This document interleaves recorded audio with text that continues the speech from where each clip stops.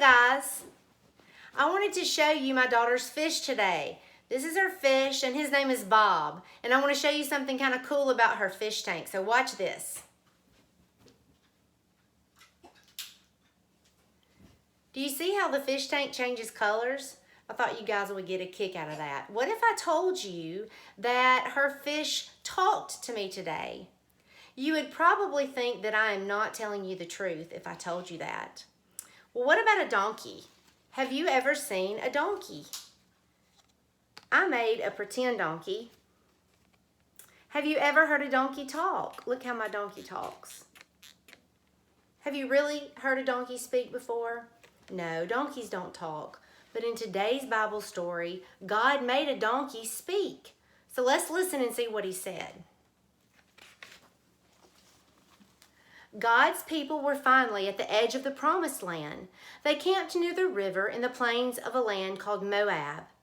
Now Balak, the king of Moab, saw the Israelites, and he was afraid.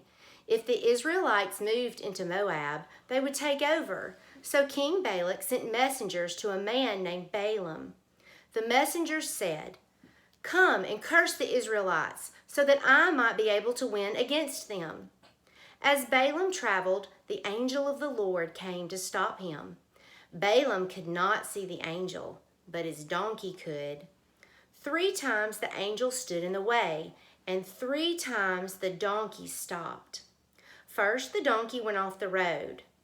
Then she ran into a wall and hurt Balaam's foot. Finally, she crouched down on the ground. Balaam didn't know why the donkey was stopping. He hit the donkey with his stick, so God made the donkey able to talk. "What have I done to you that you have hit me 3 times?" the donkey asked. "You made me look like a fool," Balaam said. Then God allowed Balaam to see the angel. Balaam bowed in worship and said, "I have sinned. I will go back if you want me to." The angel said, "Go with these men, but only say what I tell you to say." When Balaam reached Balak, the king, he said, "I can only say what God tells me to say." God had blessed the Israelites, so Balaam could not curse them. Instead, Balaam blessed the Israelites 3 times. King Balak said, "I brought you here to curse the Israelites, but you have blessed them. Go home."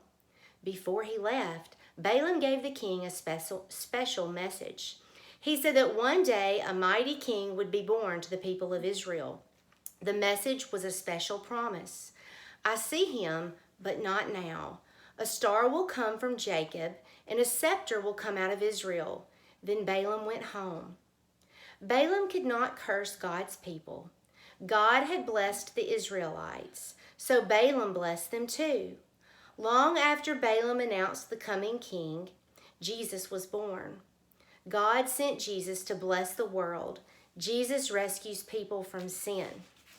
So our big picture question for this unit is, what does it mean to sin? And when I ask you that, what does it mean to sin?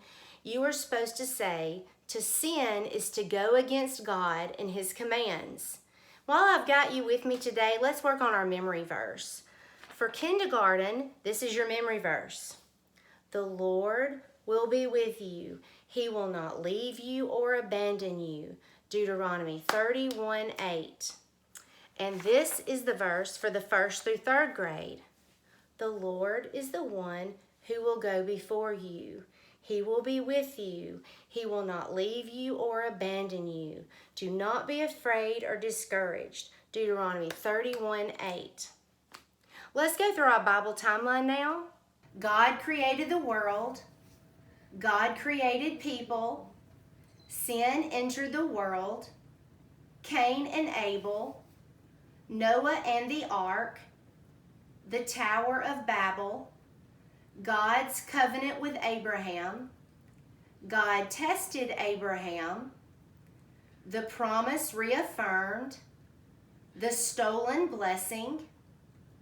Jacob's new name. Joseph sent to Egypt. Joseph's dreams came true. Moses was born and called. The plagues, the Passover, and the crossing of the Red Sea, the wilderness test, the golden calf, Moses and the 10 Commandments, Joshua and Caleb.